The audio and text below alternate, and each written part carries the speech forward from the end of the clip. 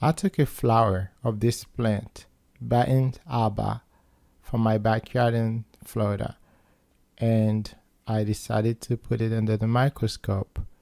Let's see what's going on. As you can see, we have a few creatures that are moving.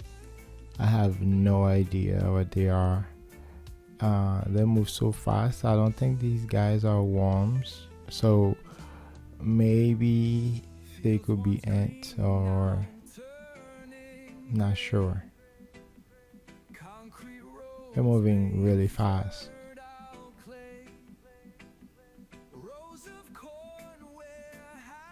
If you have any idea what they are, can you please write it down in the comments? Seriously, I want to know. What's the cost?